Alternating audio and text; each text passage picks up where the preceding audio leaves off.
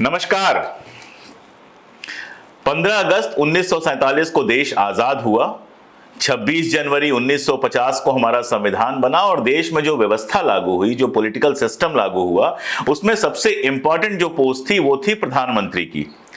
पंडित जवाहरलाल नेहरू से लेकर वर्तमान प्रधानमंत्री नरेंद्र मोदी तक लगातार इंदिरा गांधी, राजीव गांधी, लाल बहादुर शास्त्री जी, मोरारजी देसाई, एक से एक प्रधानमंत्री इस देश में हुए। और प्रधानमंत्री जो होते हैं वो देश की तकदीर भी बनाते हैं, देश की तकदीर बदलते भी हैं। उनकी नीतियों पर निर्भर करता है कि देश किन रास्तों पर चलेगा। इसीलिए जब जाने माने पत्रकार राशिद किदवई साहब की किताब आई देश के प्रधानमंत्रियों पर, जिसमें उन्होंने पंडित जवाहरलाल नेहरू से लेकर नरेंद्र मोदी तक हर प्रधानमंत्री के पीरियड को अलग अलग एनालाइज किया था, तो हमने तय किया कि इस किताब पर तो बातचीत करनी ही पड़ेगी। ये किताब राजकमल प्रकाशन से आई है और जैसा मैंने बताया, इसका शीर्षक है भारत के प्रधानमंत्री, देश, दशा और दिशा। और जैसा मैंने बताया कि नेहरू जी से लेके और मोदी जी तक सारे प्रधानमंत्रियों की, आप एक तरह से अगर इस शब्द का उपयोग करना चाहें तो उनका जो कार्यकाल था उसका बड़ा कायदे से पोस्टमार्टम किया है भाई राशिद किदवई ने, जो वैसे भी पत्रकारों का काम होता ही है। तो हम इस किताब पर आज बातचीत कर रहे हैं। हमारे साथ स्टूडियो में आज हैं राशिद किदवई साहब खुद।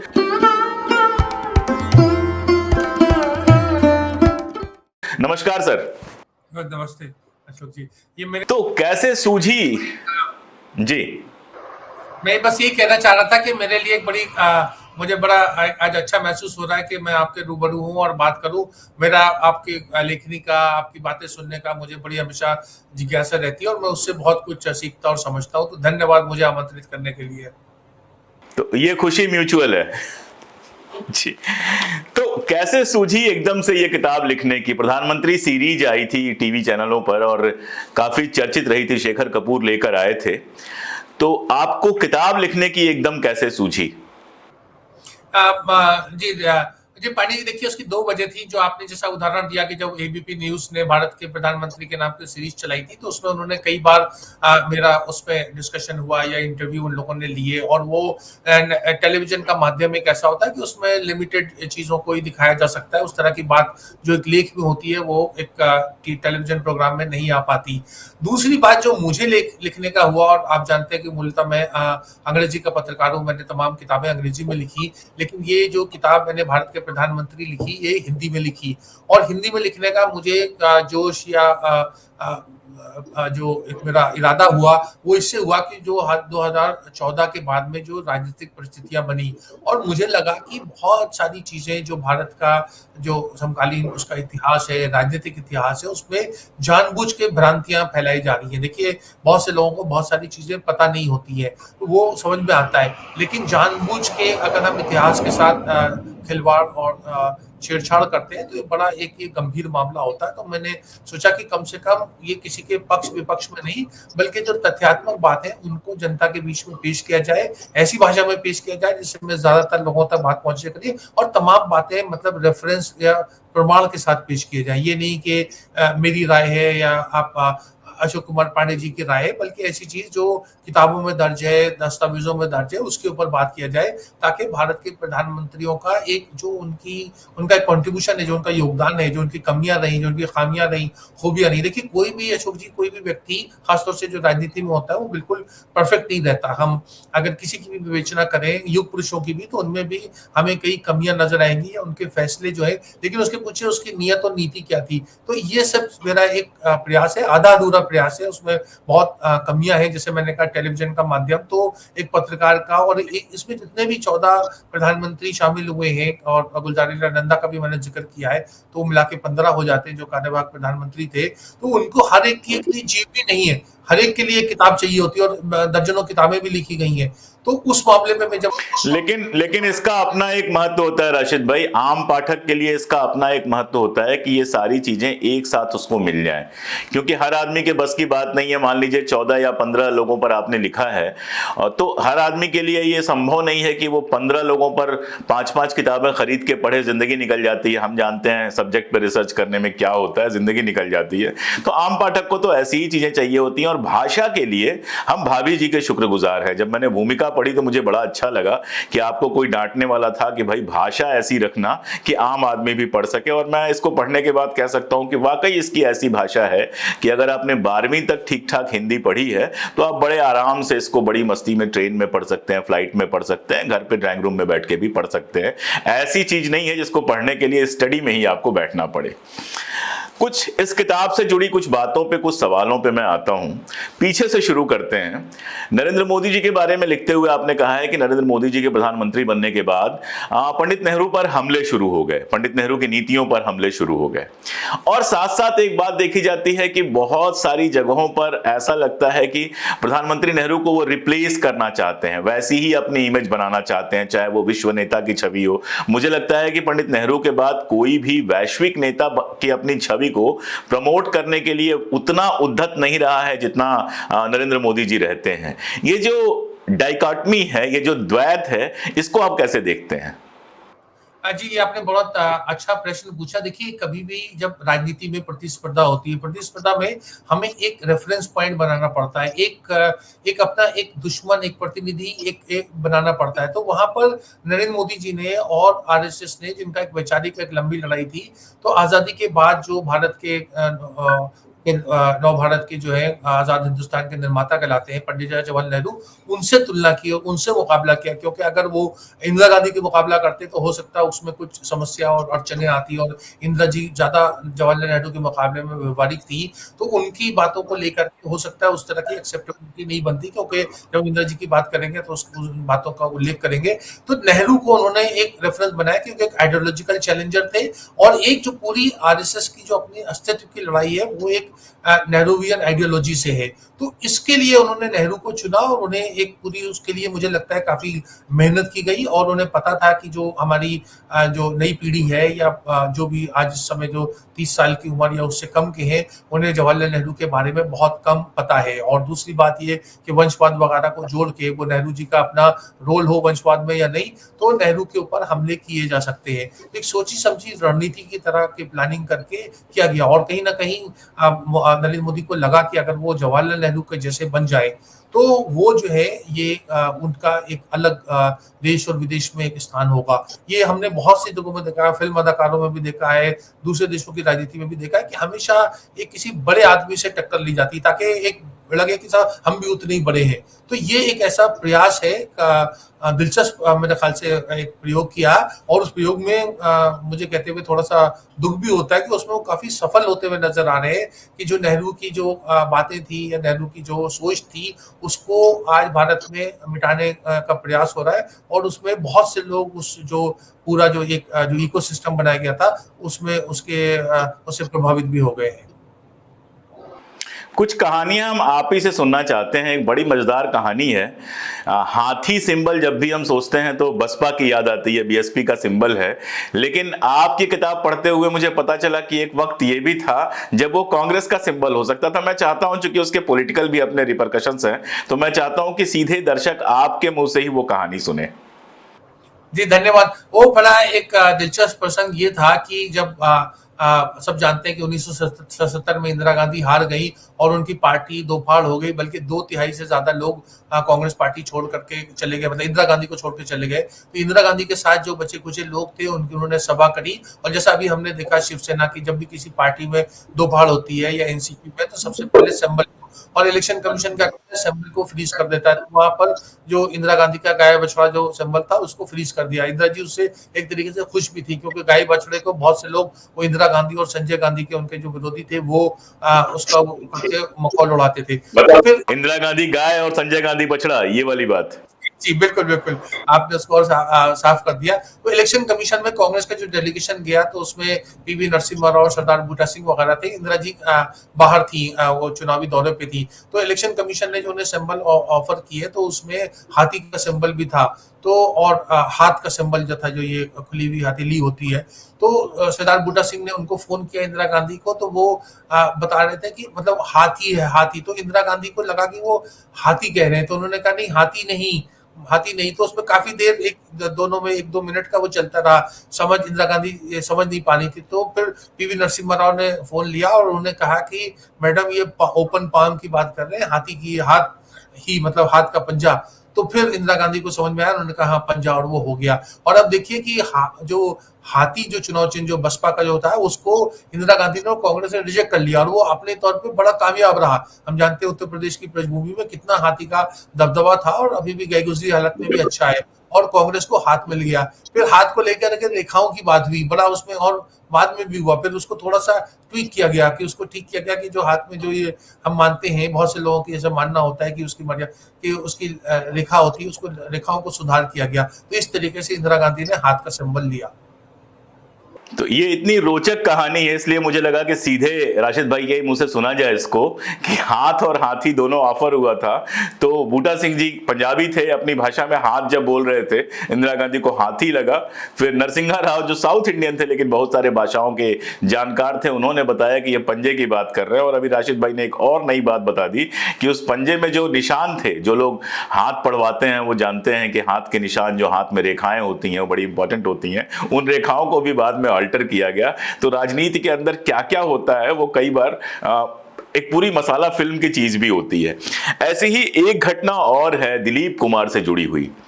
गंगा जमुना उनकी सुपरहिट फिल्म है, और किस तरह से गंगा जमुना उस जमाने में सेंसर का शिकार हुई, उसके गाने तक कटवाने की कोशिश की गई, और उसके बाद गुस्से में दिलीप कुमार सीधे जवाहरलाल नेहरू के पास पहुंच गया। और उसके बाद क्या हुआ वो राशिद भाई बताएंगे। जी देखिए, ये भी पांडे जी बड़ा रोचक अध्याय है, और रोचक इसलिए मैं मानता हूं क्योंकि अब लोग जो हमारे, जैसे हमें लगता है कि जैसे प्रधानमंत्री नरेंद्र मोदी हैं, तो वो पूरी सरकार में मतलब काले सफेद के मालिक हैं, जो चाहे वो कर दे, और होता भी ऐसी है। ऐसी इंदिरा गांधी के बारे में भी हमारी यही धारणा देती है, अटल बिहारी वाजपेयी, राजीव गांधी, जितने प्रधानमंत्री हुए उनके बारे में उम्र यही धारणा रहती है, जवाहरलाल नेहरू के। लेकिन जवाहरलाल नेहरू के जो इंफॉर्मेशन ब्रॉडकास्टिंग मिनिस्टर थे, वो महाराष्ट्र के, उनका मेरा नाम मिल गया, कसगर नाम था क्या, वो बहुत ज्यादा मतलब प्यूरिटन थे, क्लासिकल म्यूजिक के थे, स्वतंत्रता संग्राम से जुड़े हुए थे। उन्होंने मतलब हिंदी गाने तक, वो जो थे हिंदी गाने और क्रिकेट की कमेंट्री, दोनों का उनका विरोध था, और उन्होंने वो जीते जी वो दोनों चीजें जब तक वो आईएनबी मिनिस्टर रहे, मतलब सोचिए जो चीज 1947 से लेकर के 1960-62 तक के समय में उन्होंने दोनों चीजें अलाउ नहीं करी, इसीलिए रेडियो सेलोन का बड़ा महत्व हो गया, वहां से गाने बजते थे, क्योंकि वो क्लासिकल म्यूजिक के पैरोकार थे। और जवाहरलाल नेहरू नहीं कर पाए। जवाहरलाल नेहरू फिल्मों की, जैसे मैंने उसमें उल्लेख किया है, चाहे वो पृथ्वीराज कपूर हो, दिलीप कुमार हो, सबसे उनके बड़े संबंध थे। उन्होंने पूरी जो भारत की फिल्म इंडस्ट्री को उन्होंने सॉफ्ट पावर की तरह इस्तेमाल किया, जो आज डिप्लोमेसी में बड़ा लफ्ज इस्तेमाल होता है, सॉफ्ट पावर। तो इंडिया को उन्होंने बहुत अच्छे तरीके से इस्तेमाल किया, उसमें मैंने कई प्रसंगों का उल्लेख किया है। तो अब ये जो बात बता रहे हैं गंगा जमुना में, कि उन्होंने, सेंसर बोर्ड ने उसको रोक दिया और कहा कि इसमें सब वायलेंस बहुत है, और उसमें जो एक मीराबाई का भजन जो है वो उस तक को जो उन्होंने इजाजत नहीं दी। तो ये उसको लेके फिर वो नेहरू के पास गया, और फिर नेहरू और उनके जो आईएनबी मिनिस्टर थे उनका विवाद हुआ, और वो नाराज हो गए। फिर नेहरू को उनको बाद में हटाना पड़ा। मतलब आप ये देखिए कि आईएनबी मिनिस्टर का इतना रुतबा था कि वो जवाहरलाल नेहरू के मित्र, और दिलीप कुमार जैसा मतलब देश का एक हीरो, हम जो आज हम शाहरुख खान के बारे में कल्पना करते हैं, उसी तरीके का उनका एक स्थान था फिल्म में, फिल्मी दुनिया में। उसको वो नकार सकते थे, हिंदी गाने नहीं होने देते थे, चलने नहीं देते थे आकाशवाणी पे, और क्रिकेट की कमेंट्री नहीं होने देते थे।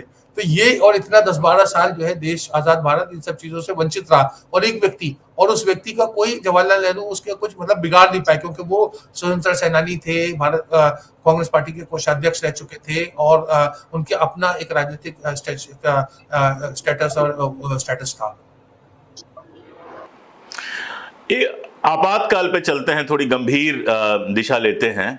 आपातकाल को लेके आप बेहद क्रिटिकल हैं। कोई भी इंसान जो डेमोक्रेसी में विश्वास रखता है वो आपातकाल को लेकर क्रिटिकल ही हो सकता है, गलत ही कह सकता है। लेकिन दो सवाल हैं मेरे। एक तो उसके पहले जिस तरह के हालात बने थे, मुझे ऐसा लगता है कि वो जितने विस्तार से आने चाहिए थे वो नहीं आ पाए। दूसरी बात, जनता गवर्नमेंट जिस तरह से बनी उस पर आपने पर्याप्त इशारा क्या किया है, डिटेल किया है, कि उसमें आरएसएस ने जिस तरह से अपनी पहचान जो है, जिस तरह से गांधी जी की हत्या के बाद आरएसएस बिल्कुल ब्लैकलिस्टेड हो गई थी, कोई पॉलिटिकल पावर उसको को आसपास आने नहीं देती थी, वो स्वीकृत पावर की तरह आई, सत्ता का हिस्सा रही और फिर ये क्लेम किया कि ये लड़ाई हमने ही लड़ी है। जबकि हम सब जानते हैं कि उस समय आरएसएस के लोगों का इंदिरा गांधी को लिखा हुआ माफीनामा और बाकी सारा कुछ हाल तक इंटरनेट पे उपलब्ध था। अब इंटरनेट से तो गायब कर दिया गया है, लेकिन हम जैसे लोगों के पास किताबों में उपलब्ध है। आपातकाल को लेके मैं चाहूंगा कि आपने जिस तरह से इसमें डील की है चीजों को, हमारे दर्शकों के सामने एक बार उसको आप रखिए।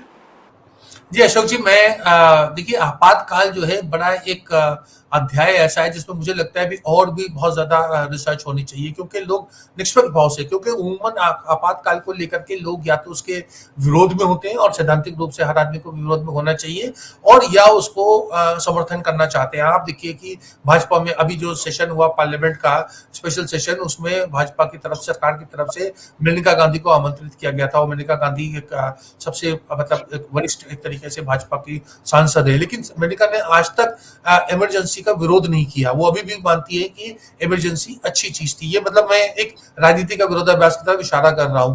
आपातकाल में बहुत सी अच्छी चीजें हुई, लेकिन आपातकाल की वो अच्छाइयों का जो कुछ बुराइयां थी, खासतौर से जो ये फ्रीडम ऑफ एक्सप्रेशन की बात आती है, तो वो उसको लेकर के बहुत ज्यादा इंदिरा गांधी का क्रिटिसिज्म हुआ, और उसमें जो भी उसकी अच्छाइयां, जो उसके पीछे मंशा थी, देखिए देश में हालात ऐसे बनाए गए थे। और जब अगर आप आज वही मैं कह रहा हूँ, आप कल्पना करें कि कोई एक नेता निकलता है, एक राजनेता निकलता है, पॉपुलर नेता, और वो नरेंद्र मोदी जी के विरोध में आता है और उसके पीछे बड़ी जनसभाएं आती हैं, और वो फिर ये कहे कि साहब वो फौज को और पुलिस को कहे कि आप सरकार का हुक्म मत मानो, और सरकार का जो व्यवस्था है, जो कानून है, उसकी आप अवहेलना करो, तो कैसा लगेगा? चाहे वो मणिपुर में ही हो या कश्मीर में हो या कहीं के ऊपर हो, तो हमारे एक राष्ट्रीय भाव से हम कहेंगे कि उसके ऊपर उस आदमी को ना गिरफ्तार करें, बल्कि वो उस जगह पर अगर उसके लोग ऐसे मानते हैं तो उसको सख्ती से निपटा जाए, वहां फौज भेजी जाए, वहां सेना भेजी जाए, वहां जो हमारे संविधान में स्पेशल प्रोविजन है, तो हम ये बात कहेंगे स्वाभाविक रूप से। तो वही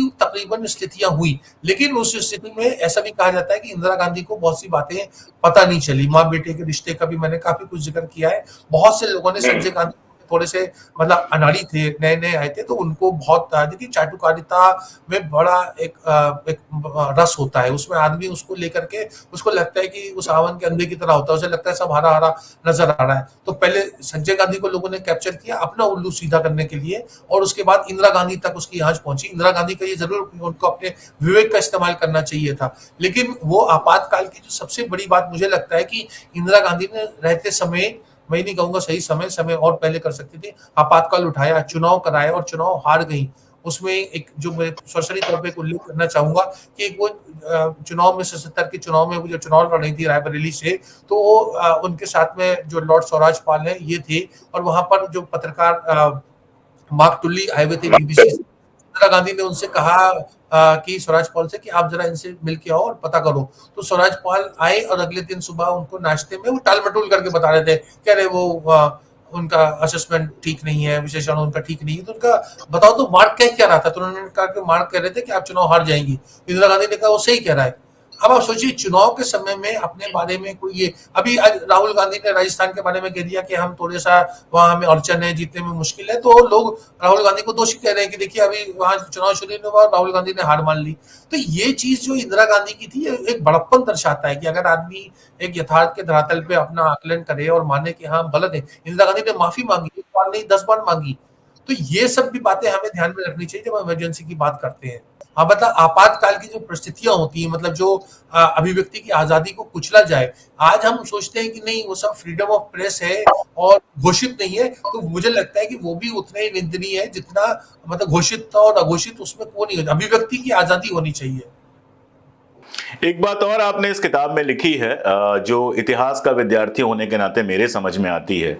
अगर 1975 के आसपास की दुनिया को देखें, साउथ अफ्रीकन कंट्रीज को देखें, बाकी जगहों पे देखें, तो उस समय जो तानाशाह आए उन्होंने विरोधियों की हत्या करवा डाली, ऐसे नियम कानून बनाए कि वो पूरे टाइम सत्ता में रह सकें, बरसों बरस चुनाव नहीं कराए। अगर और बगल में पाकिस्तान ही है, बाकी दूर जाने की भी जरूरत नहीं है, चुनाव कराए तो ऐसे कराए कि रिग किए गए चुनाव। तो ये सारा कुछ तो हमने देखा। उसकी तुलना में अगर देखा जाए तो बिना किसी रिजर्वेशन के ये कहा जा सकता है कि बड़ी माइल्ड इमरजेंसी थी, जो 2-2.5 साल का तूफान उठा के और फिर चली गई और फिर विपक्ष सत्ता में आया। ये शायद दुनिया की अपने तरह की पहली तानाशाही या इमरजेंसी रही होगी जिसके तुरंत बाद डेमोक्रेटिक तरीके से विपक्ष चुन के आ जाता है। उसके बाद विपक्ष ने अपने साथ क्या किया वो एक अलग मामला है कि वो कैसे खुद ही आपस में लड़ भिड़ के, उसमें आपने कहा है कि आरएसएस जो है वो ये सरकार गिराने के लिए भी जिम्मेदार था। मैं चाहता हूं उसको थोड़ा एक्सप्लेन कर दे। ये आप ही की पंक्तियां हैं कि आरएसएस जनता सरकार को गिराने के लिए भी जिम्मेदार था। जी देखिए, वो बड़ा एक रोचक दौर था भारतीय राजनीति का, जो जिन हालात में जनता पार्टी बनी, वो उसमें सारे राजनीतिक दल इकट्ठा हो गए और उसके बाद में उनकी कोई विचारधारा को लेकर कोई क्लैरिटी नहीं थी। फिर साल भर के अंदर ही एक ड्यूल मेंबरशिप को लेकर के कि क्या भारतीय जनसंघ के, जो आरएसएस की पृष्ठभूमि से आती थी, भारतीय जनसंघ के मेंबर ले सकते हैं और जनता पार्टी के भी मेंबर, इसको लेके समाजवादियों के बीच में और जनसंघ के बीच में तकरार हुई। और उस समय आरएसएस भी एक्टिव हो गया क्योंकि उनके अपने अस्तित्व की लड़ाई थी। देखिए, आरएसएस का काम करने का तरीका बहुत अलग और एक तरीके का लचीला भी होता है। वो एक आप कहते हैं कि विचारधारा से जुड़ी हुई राजनीतिक दल है, मतलब राजनीतिक दल तो नहीं है, एक वो कहते हैं सांस्कृतिक मतलब कल्चरल ऑर्गेनाइजेशन है, लेकिन उनका राजनीति में जरूरत से ज्यादा, मतलब ये मेरा आकलन है, उनका दिलचस्पी रहती है। और तमाम राजनीतिक दलों में वो चाहते हैं, वाम दल शायद अपवाद हो, हर जगह पर उनके लोग या उनके एक सिंपैथाइजर जो है वो पहुंच जाते हैं। कांग्रेस में भी एक तबका रहा जिसको सीताराम केसरी कहते थे, फूल छाप कांग्रेसी,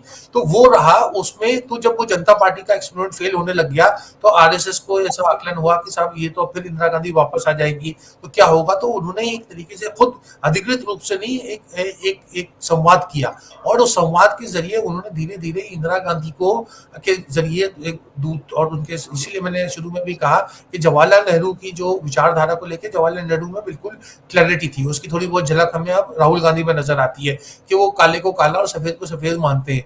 इंदिरा जी जो थी वो व्यवहारिक थी। इनका, मैं ये नहीं कहूंगा कि उनका धर्मनिरपेक्षता के प्रति वो उनकी उनका कम होता, लेकिन वो प्रैक्टिकल थी। उनको एक ऐसा कहा गया कि साहब आप अगर मतलब हिंदू हित की आप थोड़ी सी रक्षा करें और उसका ध्यान करें तो हम आपके साथ में सहयोग करने को तैयार हैं। ये वन वे था, मतलब कोई क्विड प्रो को नहीं था कि साहब लेन देन हो रहा हो, कोई खरीद फरोख्त हो रही हो जो आज की राजनीति में हम देखते हैं। तो इस तरीके से वो राजनारायण और संजय गांधी मिले और उसके बाद में फिर आरएसएस ने भी पर्दे के पीछे जो था इंदिरा गांधी को समर्थन किया। और इंदिरा गांधी ने जब 1980 में आई तो मैंने सीएम स्टीफन का एक कथन लिखा है, जो कांग्रेस पार्लियामेंट्री पार्टी के लीडर थे लोकसभा में। उन्होंने कहा कि हिंदू हित की रक्षा करना हमारा कांग्रेस का एक कर्तव्य है।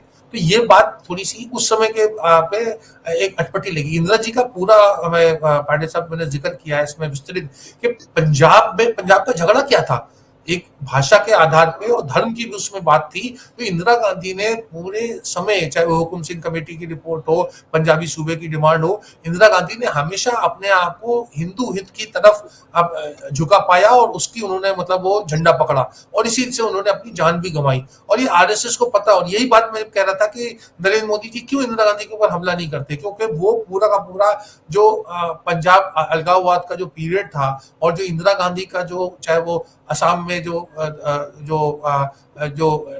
हिंसा हुई थी, एक नस्ली हिंसा एक सकती थी, या तमिलनाडु में बहुत से लोगों ने धर्म परिवर्तन किया था और उसमें जो इंदिरा जी का जो सोच थी या जो उन्होंने उस समय बयान दिया, आरएसएस उसको अपनी अमूल्य निधि मानता है और आरएसएस को लगता है कि इंदिरा गांधी का एक कंट्रीब्यूशन है। इसलिए बार बार इंदिरा जी की जब हत्या हुई तो नानाजी देशमुख ने क्या लिखा, ये भी सब चीजें जनता को पता होनी चाहिए।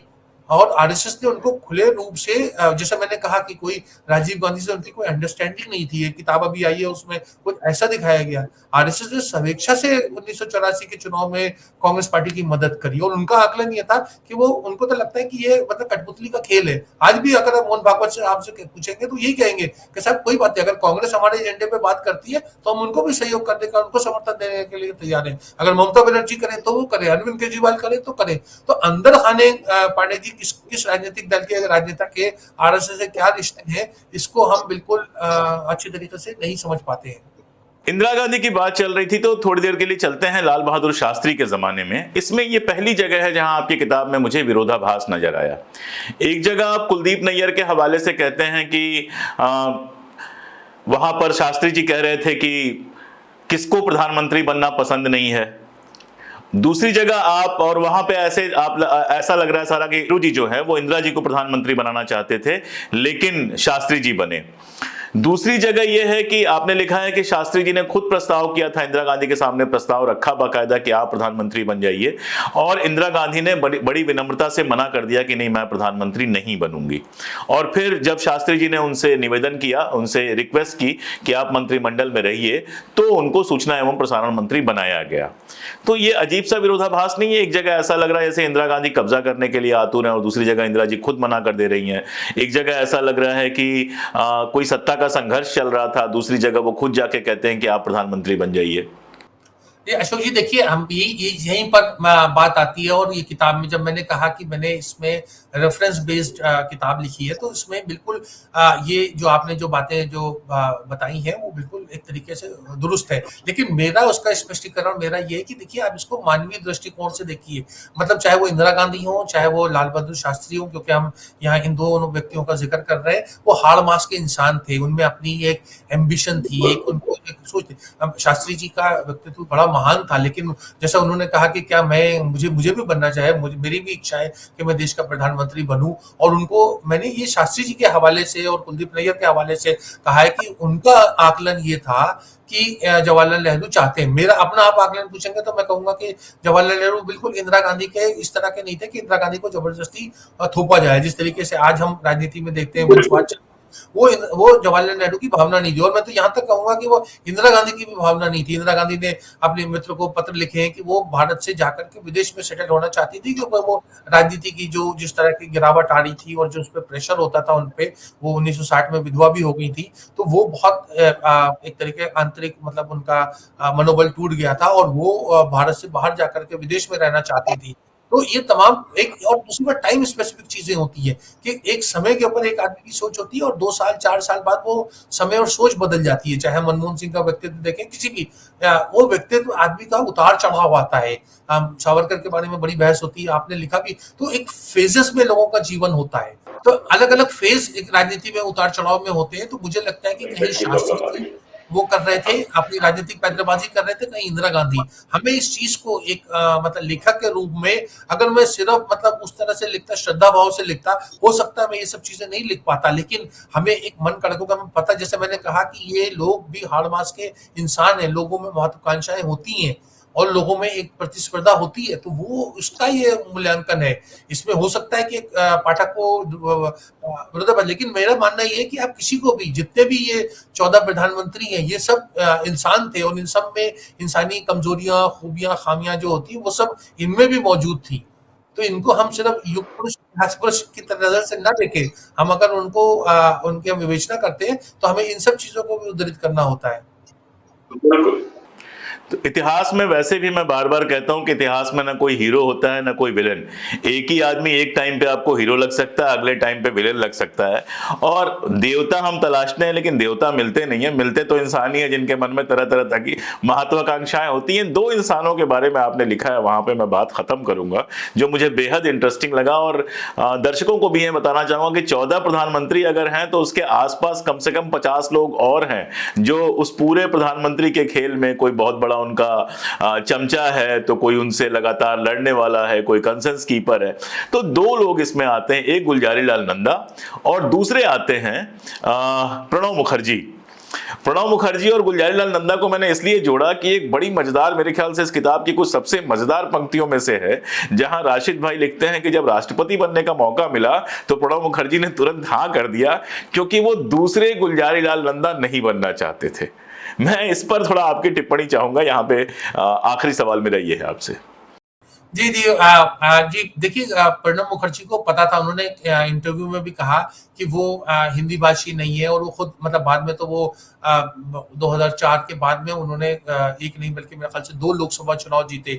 लेकिन उमूमन वो तमाम अपने सक्रिय राजनीतिक जीवन में राज्यसभा से आए, तो उन्हें लगता था कि वो नहीं उस तरह के नहीं है और उनका जनाधार नहीं है, हिंदी भाषी नहीं है, इसलिए वो प्रधानमंत्री नहीं बन पाएंगे। लेकिन वो हमेशा उस मुद्रा में रहे कि कोई भी प्रधानमंत्री बने, कामकाज जो था वो उसका जिम्मेदारी प्रणब मुखर्जी की होती होती थी इंदिरा गांधी कि वो नंबर 2 थे, इंदिरा गांधी जब भी जाती थी, और उसको लेकर के एक बार उनकी मतलब जब कहते हैं ना उंगलियां भी जल गई, क्योंकि उन्होंने एक तरह से अपनी दावेदारी इंदिरा गांधी के बाद उन्हें लगा कि वो कम से कम प्रधानमंत्री बनेंगे और केयरटेकर प्राइम मिनिस्टर बनेंगे, और राजीव गांधी को कुछ गलतफहमी हो गई, उसका पूरा उल्लेख है। मेरा केवल निवेदन ये है अशोक जी कि मैं चाहूंगा कि लोग इस किताब के ऊपर एक नजर जरूर डालें, क्योंकि इसमें देखिए मैंने एक चीज का जो जिक्र करने की कोशिश की है, और वो ये है कि कोई भी प्रधानमंत्री कोई भी मतलब बहुत ही बुरा या बहुत ही अच्छा नहीं था।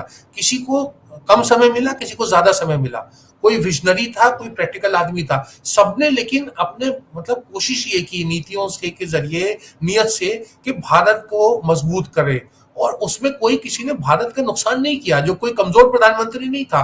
ये बहुत बड़ी गलतफहमी है। जब हमारी समय कम था, इसलिए जो था आई के गुजराल और चरण सिंह और चंद्रशेखर और देवे गौड़ा का जिक्र उस तरीके से नहीं कर पाए। इन सब लोगों ने भी बड़ा काम किया। देखिए गठबंधन की सरकारों में और ज्यादा काम होता है, तो इसलिए किसी मतलब आप जो ये व्हाट्सएप यूनिवर्सिटी में जो मैसेजेस आते हैं उनको मान्यता ना दें, आप खुद पढ़ के समझें कि कौन प्रधानमंत्री क्या था और उसने क्या किया। चंद्रशेखर जी ने बड़ी बड़ी समस्याएं का समाधान करने का एक बड़ा सार्थक प्रयास किया था। गुजराल का कहना यह था कि मैं पाकिस्तान से वो बिल्कुल लोहा लेने के लिए हमेशा तैयार रहते थे। तो उनकी देश के प्रति जो भावनाएं थी, जो त्याग की और जो उनकी कमिटमेंट था, उसमें किसी को कोई शक नहीं करना चाहिए। आज ये ऐसा कहा जाता है कि 2014 से पहले कुछ काम नहीं हुआ, तो उसका भी मैंने जो है सूचीबद्ध तरीके से प्रामाणिक रूप से उल्लेख किया। जैसे मैंने कहा किताब में कमी बहुत है, लेकिन कम से कम कुछ जो भ्रांतियां हैं और जो जानबूझ के फैलाई गई जो एक प्रोपेगेंडा है, उसको मैंने जवाब देने का प्रयास किया। ये किसी राजनीतिक दल या किसी राजनीतिक सोच की तरफ से ये कोशिश नहीं है, बल्कि एक जैसे पांडे साहब मुझसे बेहतर ढंग से करते रहते हैं कि कम से कम मतलब जनता में, हमारे पाठकों में, सुनने वालों में, देखने वालों में थोड़ी जागरूकता रहे। तो ये जो किताब है प्रधानमंत्री, इसकी कुछ बहुत खूबसूरत बातें मैं आपको बताता हूं। पहली बात तो ये कि ये जिसको हम पॉपुलर हिस्ट्री कहते हैं, वो इतिहास नहीं जिसको इतना गझिन कर दिया जाता है, इतना मुश्किल कर दिया जाता है, कोई पढ़ ना सके, वो इतिहास है ये, जिसको कोई भी आराम से पढ़ सकता है। ढेर सारी किताबों के रेफरेंस है इसमें, उन किताबों को आप पढ़ सकते हैं, और घटनाएं कोई नहीं छोड़ी गई हैं। चाहे शास्त्री जी की मृत्यु पर विवाद का मामला हो, चाहे प्रणब मुखर्जी को कांग्रेस से निकाला गया जब उस समय की बात हो, इंद्र कुमार गुजराल साहब के समय की बात हो, चंद्रशेखर जी के समय की बात हो, चाहे वो 40 ही दिन रह पाए हो, तो बड़े कायदे से सबको डील किया गया है। और कोई पॉलिटिकल एजेंडा इसके पीछे बड़ा नजर नहीं आता कि किसी को गिराना है, किसी को उठाना है। अभी जब नई संसद का उद्घाटन हुआ तो नरेंद्र मोदी ने भी पहली बार ही सही लेकिन संसद में कहा कि वो परंपरा जो है वो नेहरू जी से शुरू होती है, उसमें शास्त्री जी आते हैं, इंदिरा जी आती हैं, सारे लोगों के उन्होंने नाम लिए। देश कोई भी बनता है वो ऐसे ही बनता है। हर आदमी जो उच्चतम पद पर गया उसके पास महत्वाकांक्षा तो थी, हर आदमी की महत्वाकांक्षा होती है। मुझे याद है चरण सिंह का एक बहुत फेमस किस्सा है कि एक बार पत्रकार ने उनसे पूछा कि आप प्रधानमंत्री बनना चाहते हैं, तो उन्होंने पलट के कहा कि तुम संवाददाता हो, तुम अपने अखबार के संपादक बनना चाहते हो कि नहीं। अभी वो जवाब देता उसके पहले ही उन्होंने कहा कि अगर तुम संपादक नहीं बनना चाहते हो तो आत्महत्या कर लो, क्योंकि तुमको जो कुछ बनना था वो तुम बन चुके हो। तो बिना महत्वाकांक्षा के तो कोई उच्चतम पद पे नहीं जाता है, बिना महत्वाकांक्षा के कोई प्रधानमंत्री नहीं बनता है। लेकिन वो सिर्फ निजी महत्वाकांक्षा नहीं होती है। जैसे चरण सिंह के बारे में आपने बताया कि कैसे साबुन तक को वो लग्जरी की चीज मानते थे कि ये अमीरों की चीज है, उस पर भी टैक्स लगा दो। कृषि को लेके, किसानों को लेके वो कितने ज्यादा संवेदनशील थे। ऐसे ही हर प्रधानमंत्री की अपनी अपनी वरीयताएं रही हैं, अपनी अपनी कोशिशें रही हैं, अपनी अपनी सफलताएं रही हैं, अपनी अपनी असफलताएं रही हैं। मेरा रिकमेंडेशन होगा कि ये पतली सी किताब है, बहुत मोटी भी नहीं है। जब मुझे पता चला था कि ये किताब आई है तो मुझे लगा था काफी भारी किताब होगी, लेकिन बड़ी पतली सी किताब है। और सार्थक जो राजकमल का प्रकाशन है उसने छापी है ये। ढेर सारी किताबों की लिस्ट है पीछे, जो रिसर्चर टाइप के लोग हैं वो इन किताबों को रिफर कर सकते हैं। और जो आम पाठक हैं उनके लिए एक अच्छी सी ट्रेन यात्रा, एक अच्छी सी प्लेन यात्रा, एक अच्छी सी शाम, आप एक शाम को अपना सोशल मीडिया बंद कर दीजिए ताकि टॉक्सिसिटी जो आपके दिमाग में भर रहा है, जहर भर रहा है, वो थोड़ा कम हो। और इस तरह की किताबें हफ्ते में एक दिन निकालिए पढ़ने के लिए, आपको बेहतर मनुष्य बनाने का एक ये सही रास्ता होगा। आज के लिए इतना ही, फिर अगली कड़ी में किसी और ऐसी ही किताब पर हम लोग बातचीत करेंगे। बहुत शुक्रिया राशिद भाई। धन्यवाद, नमस्कार।